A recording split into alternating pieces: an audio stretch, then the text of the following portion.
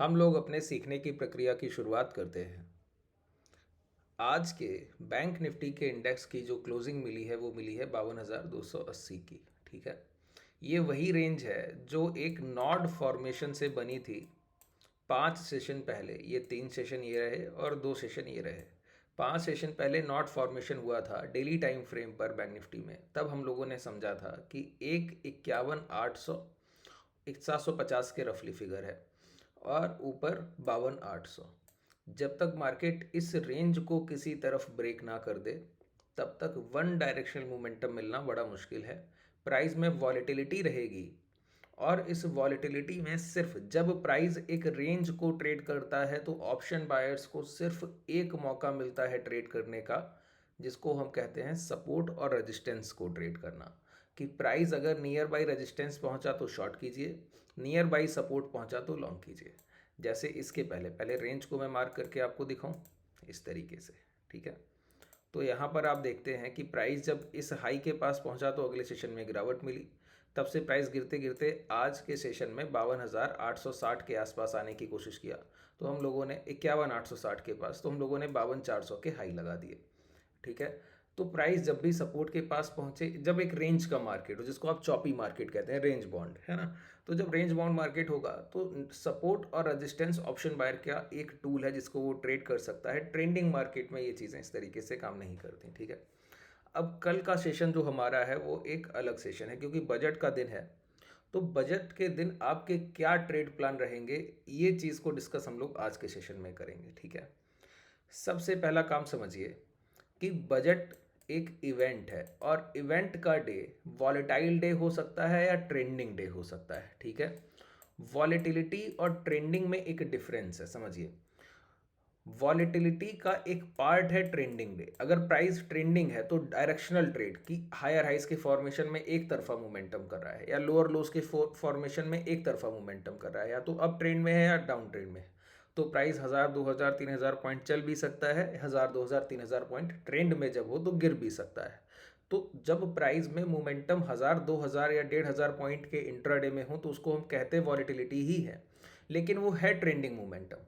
और एक वॉलेटिलिटी होती है कि प्राइस जहां खुले उसी के पास बंद हो जाए। जैसे आज का जो क्लोजिंग है वो 52,300 का प्राइस है, तो कल मार्केट यहीं आसपास कहीं ओपन हो 100 200 पॉइंट गैप अप या गैप डाउन, और उसके बाद उसकी क्लोजिंग भी 1% या आधा परसेंट के अबव नहीं होनी चाहिए। लेकिन इंट्राडे में एक बार प्राइस 1,000 पॉइंट चल कर जाए, 700 800 पॉइंट चल कर जाए, फिर 1,000 पॉइंट गिर के आए या 700 800 पॉइंट गिर के आए, तो इसको हम कहते हैं वॉलेटिलिटी। कि प्राइस ने कोई ट्रेंडिंग मोमेंटम तो नहीं दिया, लेकिन इंट्राडे में बोथ डायरेक्शन, पहले हायर साइड या पहले लोअर साइड और बाद में हायर या लोअर साइड। ठीक है, तो पहले चला फिर गिर गया या पहले गिरा फिर चल गया, तो इस तरीके से है इंट्राडे मोमेंटम आपको देखने को मिलेगा 1200 1500 पॉइंट, है ना। लेकिन कॉस्ट टू क्लोज बेसिस आपको दिखेगा कि मार्केट आधा परसेंट पॉजिटिव या आधा परसेंट भी नेगेटिव नहीं है। तो ट्रेंडिंग मोमेंटम और वॉलेटिलिटी का डिफरेंस आप लोग अब समझ गए। ठीक है, लेकिन इसका आइडेंटिफिकेशन कैसे होगा कि वॉलेटाइल मार्केट कैसे पहचाना जाए और ट्रेंडिंग मार्केट कैसे पहचाना जाए। अब दोनों के ट्रेड प्लान अलग होते हैं, समझ लीजिए ध्यान से।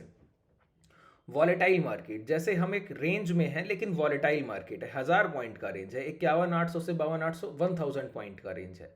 तो प्राइस 2 सेशन पहले ये 18 जुलाई को 52,800 को टच किया, और आज आपने आज के मॉर्निंग के फर्स्ट हावर में ही आपने देख लिया 51,860 का लो। ठीक है, तो 1,000 पॉइंट 2 सेशन के अंदर गिरावट हुआ, और फिर आज आपने देख लिया 52,400 का है, तो 1,600 पॉइंट का ट्रेंड है 2 सेशन और 1 घंटे का। ठीक है, तो ये वॉलेटिलिटी है।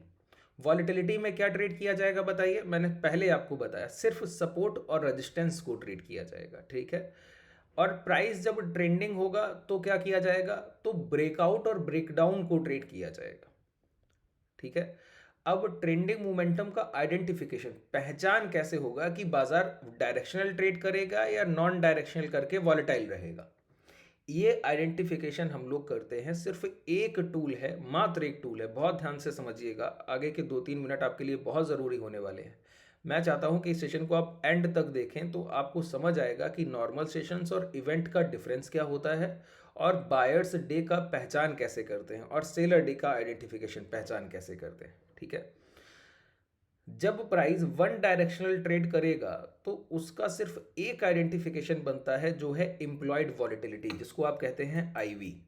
ठीक है। अब इंडेक्स का आईवी का रिप्रेजेंटेशन कौन करता है? इंडिया विक्स करता है। ठीक है। अच्छा, ये विक्स का चार्ट है। ये विक्स आप देख रहे हैं 15:45 का क्लोजिंग है। ये इंडिया विक्स है डेली टाइम फ्रेम पर। आज 15 रुपया 45 पैसे के आसपास का क्लोजिंग है।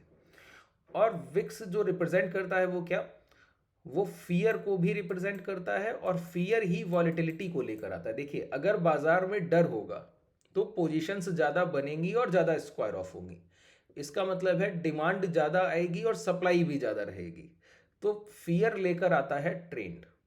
ठीक है। अगर डिमांड बहुत ज़्यादा हो गई तो one directional higher side momentum हो गया। अगर सप्लाई ज़्यादा हो गई तो one directional lower side momentum हो गया, बाजार गिर गया। ठीक है।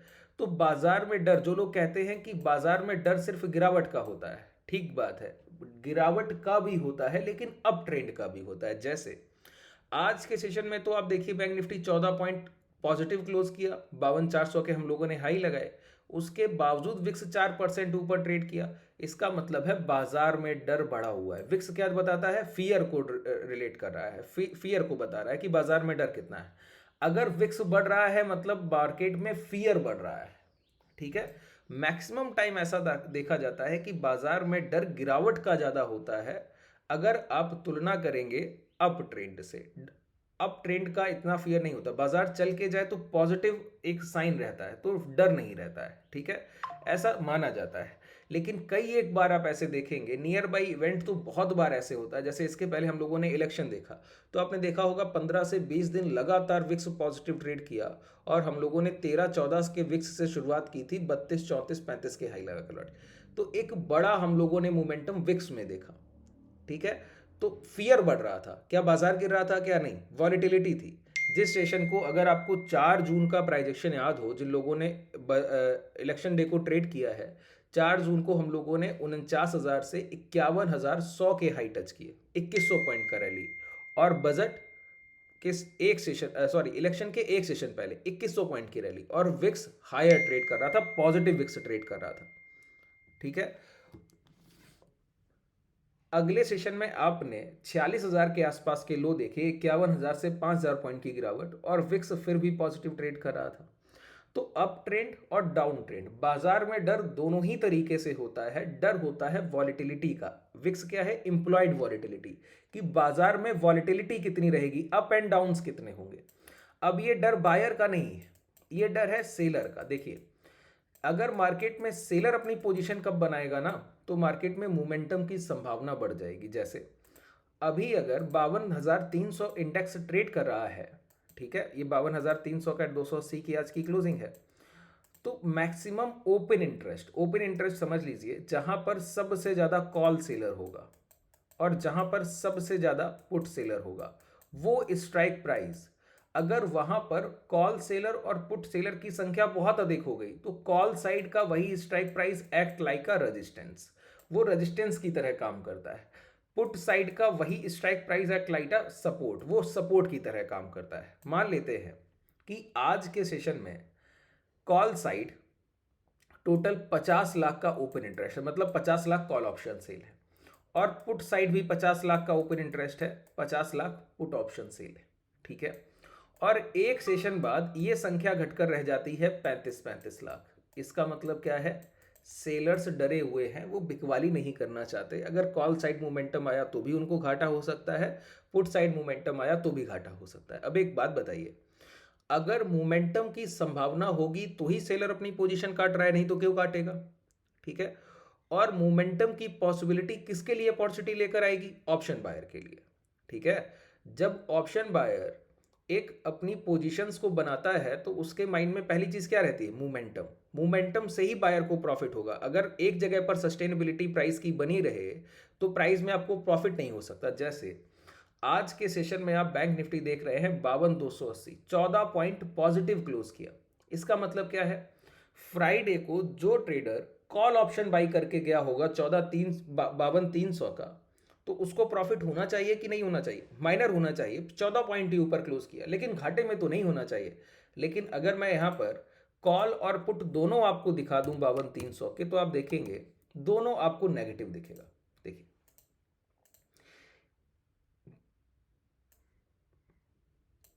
52,300 का पुट 36 पॉइंट नेगेटिव क्लोज किया, समझ आता है। प्राइस पॉजिटिव क्लोज किया ना, bank Nifty 14 point positive close किया, तो पुट बायर तो घाटा किया, समझ आता है।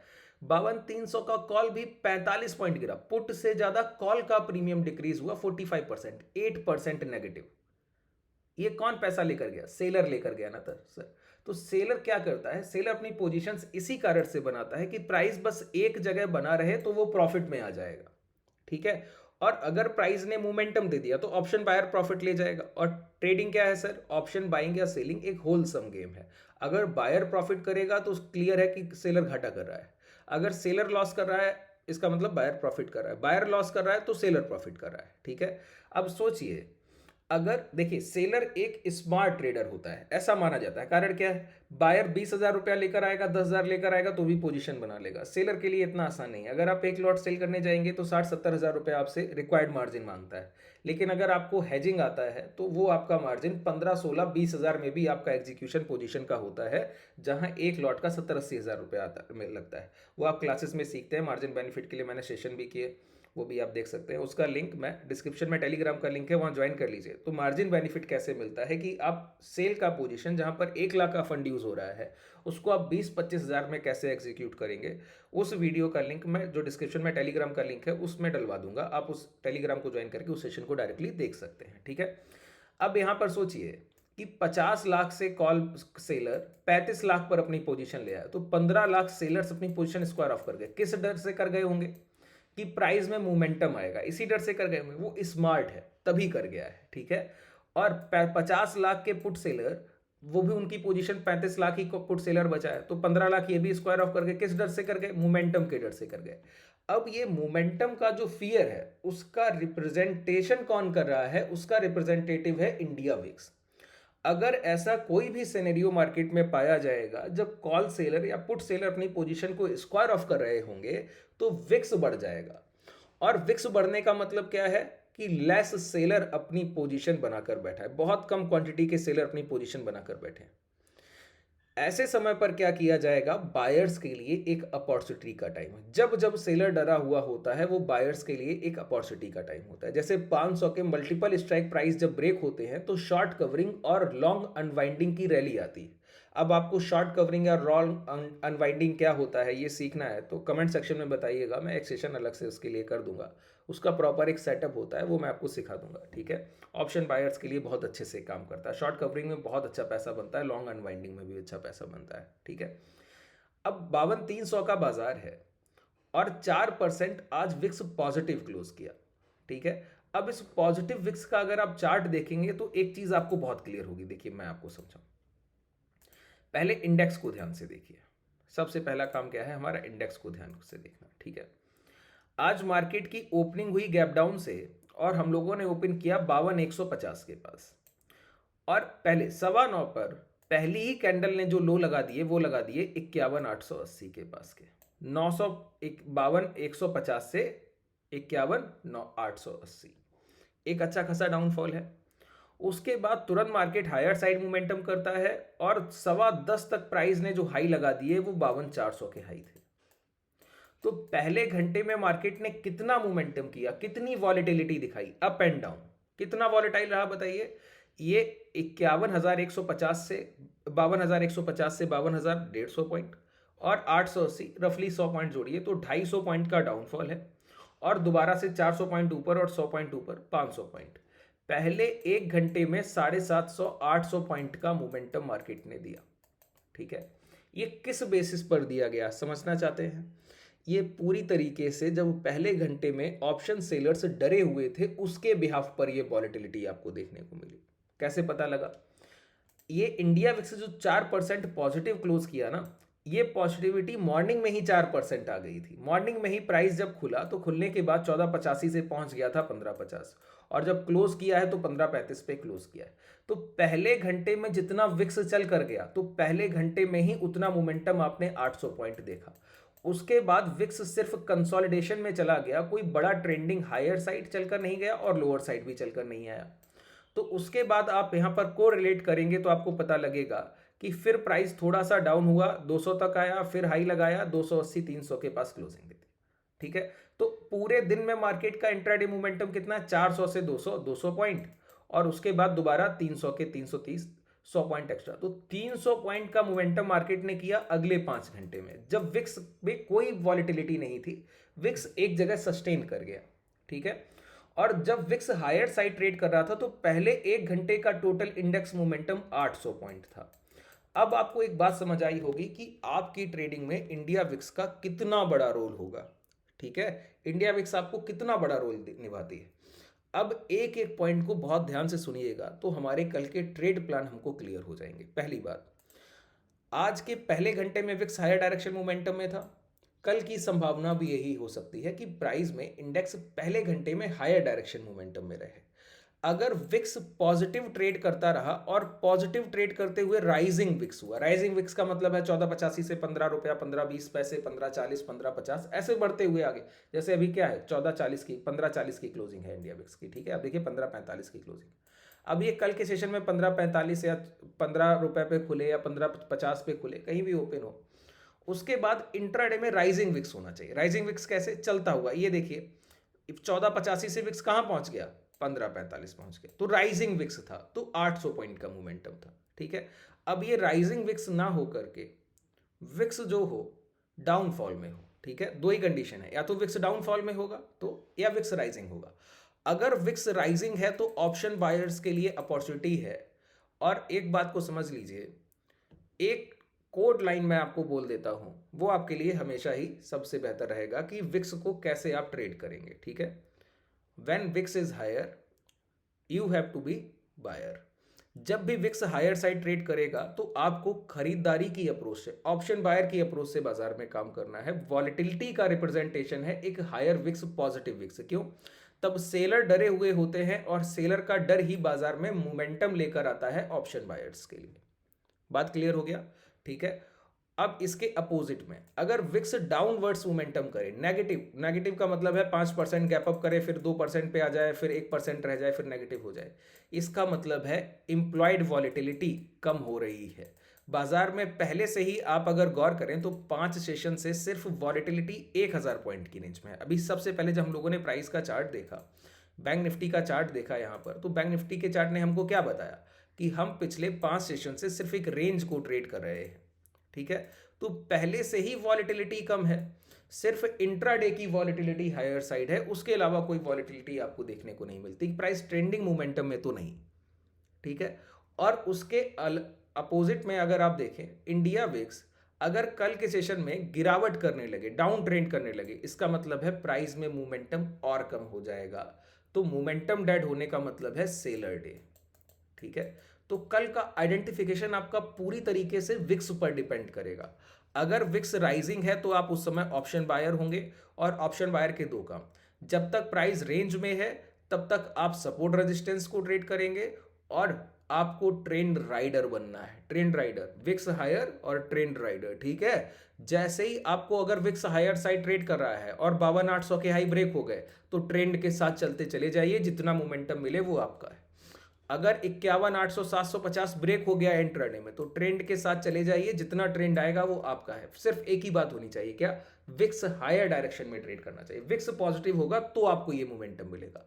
अब सोचिए, प्राइस में विक्स जो खुला 3-4% ऊपर है, ठीक है, और 3-4% विक्स गैप अप करने के बाद क्या करता है ना सर, 3-4% जब विक्स गैप अप करे और उसके बाद सस्टेन करे आधे 1 घंटे, और उसके बाद विक्स गिरने लगे, ठीक है, और उसी समय प्राइस सपोर्ट के पास पहुंच रहा हो या रेजिस्टेंस के पास पहुंच रहा हो, तो समझ लीजिए ब्रेकआउट और ब्रेकडाउन नहीं होगा। अगर 52,800 ब्रेक हुआ तो वो ब्रेकआउट फेलियर हो जाएगा, 51,800 ब्रेक हुआ तो वो ब्रेकडाउन फेलियर हो जाएगा।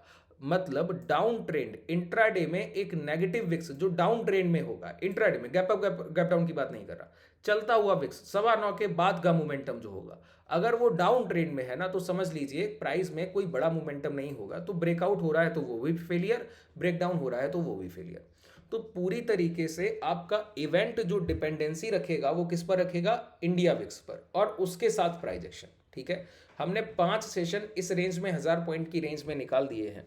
अब समय है कि मार्केट इस रेंज से बाहर निकले। कितना समय लेगा ये नहीं कह सकते, बस इतना समझ सकते हैं कि अगर विक्स पॉजिटिव हुआ तो ब्रेकआउट और ब्रेकडाउन को आपको ट्रेड करना है, और विक्स अगर नेगेटिव हुआ तो आपको इंट्राडे में ऑप्शन बायर नहीं रहना है, और ऑप्शन बाइंग करनी है तो सिर्फ सपोर्ट और रेजिस्टेंस को ट्रेड किया जा सकता है। ठीक है, अब थोड़ा सा प्राइजेक्शन का भी यहाँ पर सारा ले लेते हैं कि हमारा कल के लिए प्राइजेक्शन के थ्रू क्या व्यू है, कि कल क्या क्या संभावनाएं बनती हैं। ठीक है, ये भी देखना हमारी जिम्मेदारी बनती है। एक सेकेंड दीजिए, चलिए देखिए, अगर आज की आप बैंक निफ्टी की क्लोजिंग देखें तो प्राइस चढ़कर बंद हुआ।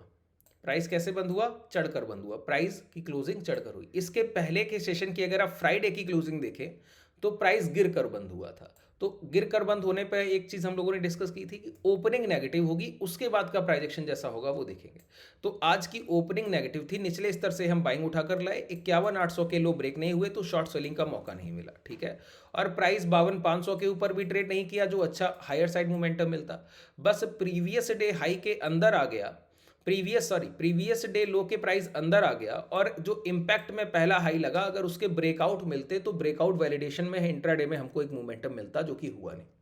ठीक है, और आज का सपोर्ट एरिया क्या बना बताइए? 52,160। ये वही प्राइस है जो प्रीवियस डे, आज के सेशन के लिए प्रीवियस डे लो, फ्राइडे का लो था। ठीक है, और आज की क्लोजिंग कैसी है? Positive closing. ठीक है, लेकिन फ्राइडे की क्लोजिंग हमारे लिए ज़्यादा इंपॉर्टेंट होती है क्योंकि वो एक डेली क्लोजिंग के साथ वीकली क्लोजिंग भी है। देखिए, जितने बड़े टाइम फ्रेम को आप मेजर कर रहे हैं वो टाइम फ्रेम आपके लिए जितना बड़ा है, higher time frame lower risk है ना। तो वीकली टाइम फ्रेम की क्लोजिंग और डेली टाइम फ्रेम की क्लोजिंग में कौन सी क्लोजिंग ज़्यादा इफेक्टिव होगी? वीकली क्लोजिंग ज़्यादा इफेक्टिव होगी। वीकली क्लोजिंग कैसे हुई है? प्राइस गिर कर बंद हुआ था। आज इस हफ्ते का, इस वीक का पहला सेशन था, मंडे का दिन। ठीक है, तो आज के सेशन में अगर आप देखें तो आज के सेशन में प्राइस चढ़कर बंद हुआ है। ठीक है, तो कल के सेशन की शुरुआत पॉजिटिव हो सकती है, उसके बाद कैसा प्राइस रहेगा वो विक्स पर डिपेंडेंसी रहेगी। ठीक है, जैसे आज के सेशन की, कल फ्राइडे की क्लोजिंग कैसी थी? नेगेटिव। तो आज की शुरुआत नेगेटिव थी, उसके बाद प्राइस पॉजिटिव हो गया। इसी तरीके से कल की शुरुआत हो सकता है पॉजिटिव हो, उसके बाद प्राइस नेगेटिव हो जाए, तो हमको शॉर्ट सेलिंग, इंट्राडे में शॉर्ट सेलिंग हमको करनी है। एक तो रेजिस्टेंस एरिया ध्यान रखिए, 52,500 के पास अगर प्राइस पहुंचे वहां से रिजेक्शन ले, दोबारा इस हाई के अंदर आ जाए, आज के डे हाई के अंदर आ जाए, तो डे हाई के स्टॉप लॉस के साथ शॉर्ट कर सकते हैं। अगर प्राइस पहली इसी तरीके से कि चल कर गया फिर गिर कर आया, ठीक है, तो आप शॉर्ट कर सकते हैं। अगर प्राइस यहां पर कॉस्ट की ओपनिंग करे और फिर गिरावट करने की कोशिश करे, लो ब्रेक कर दे, तो 52,150 के बाद आपको शॉर्ट सेलिंग की अपॉर्चुनिटी मिलेगी, जो कि आज का भी रिसेंट डे लो तो नहीं है, लेकिन पहले 1 घंटे के बाद का जो लो है पूरे 5 घंटे का, वो यही प्राइस है। वही प्राइस आप देख रहे हैं, यही प्राइस फ्राइडे की क्लोजिंग का भी। तो ये जो रेंज बनी है ना, आज का जो ये रेंज बना है इसको, ठीक है, इस रेंज को हम क्या कहेंगे? Triple T, trade the trap range कहेंगे। ये मैं आपके एक एक पॉइंट को इसी वजह से क्लियर कर रहा हूं। मैं उम्मीद रखता हूं कि कल का सेशन आप लोग बहुत अच्छे से हैंडल करेंगे। अगर मोमेंटम मिलेगा तो ही ऑप्शन बाइंग करेंगे, नहीं तो दूर बैठेंगे। अगर हेजिंग नहीं आता है तो, हेजिंग आता है तो वेल एंड गुड है सर, आप किसी भी बाजार में कैसे भी पोजीशन बनाकर ट्रेड कर सकते हैं। अब एक बात बताइए, आप लोग पूछते हैं कि हेजिंग में प्रॉफिट क्या होता है? हेजिंग में ये प्रॉफिट होता है, मार्केट कहीं भी रहे, देखिए 40 पॉइंट, ये 40, 30, 70, 80 पॉइंट हमारा है सर। ये जो आप लोग ऑप्शन बायर जो लूज करके गया ना, वो हम लोग कमा के गए। हम लोग यही पैसा, आप देखिए टेलीग्राम ज्वाइन कीजिए, हम लोगों ने 52,400 का कॉल और 52,400 का पुट दोनों सेल किया हुआ है। आप पोजीशन को देखिए जाकर, आपको दिखेगा वो पोजीशन। ठीक है, डिस्क्रिप्शन में टेलीग्राम का लिंक है, और वही हमारी प्रॉफिट है। जो आप गवा रहे हैं वही हम कमा रहे हैं। ठीक है, अब एक बात समझ लीजिए, ये देखिए क्या लिखा हुआ है यहाँ पर। जब मैं कर्सर रखे हूँ तो यहाँ पर पूरी डिटेल लिख कर आती है। देखिए यहाँ पर ऐसे कर्सर लिख कर आया, यहाँ पर क्या लिखा हुआ है आप देखिए, 24 जुलाई की एक्सपायरी 52,300, 24 जुलाई की एक्सपायरी 52,300 पुट, और ये 52,300 कॉल सामने है आपके। ठीक है, अब सोचिए अगर एक्सपायरी 52,300 पर ही 24 जुलाई की हो गई तो ये 540 ये और 499 ये, पूरा 1,040 पॉइंट को जीरो होना है। अगर 52,300 की एग्जैक्ट एक्सपायरी हो जाए 24 जुलाई की, तो अगर 100 पॉइंट ऊपर होगी तो 100 पॉइंट प्रीमियम बचेगा, 940 पॉइंट की जाएगा। ये किसकी पॉकेट में जाना है पैसा सर? ये सेलर की पॉकेट में जाना है। तो जिसको सेलिंग आता है ना, जिसको हेजिंग आता है, उसके लिए किसी भी तरीके का बाजार मुश्किल नहीं। लेकिन बायर्स को अपने ट्रेड प्लान बहुत ध्यान से करने होते हैं। जैसे ये एक जो रेंज बना है, इसको मैंने क्या कहा? Trade the trap range. क्यों? सेलर्स को मॉर्निंग में प्रीवियस डे लो पहली ही कैंडल में ब्रेक करके क्या दिखाएगी? सप्लाई गिरावट। लेकिन मैंने आपको बताया है कि एब नॉर्मल कैंडल्स पे कभी कोई बिलीव नहीं करते। देखिए आइडियल कैंडल फॉर्मेशन पे बिलीव कीजिए। अगर आप देखिए तो 5-5 मिनट की सिर्फ 2 कैंडल में आप 52,000 से चलकर 52,260 पहुंच गए। सिर्फ एक 5 मिनट की कैंडल में गिरकर आप 52,227 से कहाँ पहुंच गए, 51,880 पहुंच गए। अगर एक एक कैंडल में 300 पॉइंट के मोमेंटम होंगे तो कहाँ बायर अपनी पोजीशन बनाएगा, क्या उसका एंट्री पॉइंट होगा, कहाँ वो एग्जिट करेगा, कहाँ वो प्रॉफिट बुकिंग करेगा। तो अच्छा ऑप्शन बायर, एक अच्छा ट्रेडर ऐसे मोमेंटम से दूर रहता है। अब मोमेंटम तो वहां आएगा जब इंस्टीट्यूशन और रिटेलर दोनों का पोजीशन एक साथ एक प्राइस पर बना, वो एक स्मार्ट प्राइस होगा, है ना।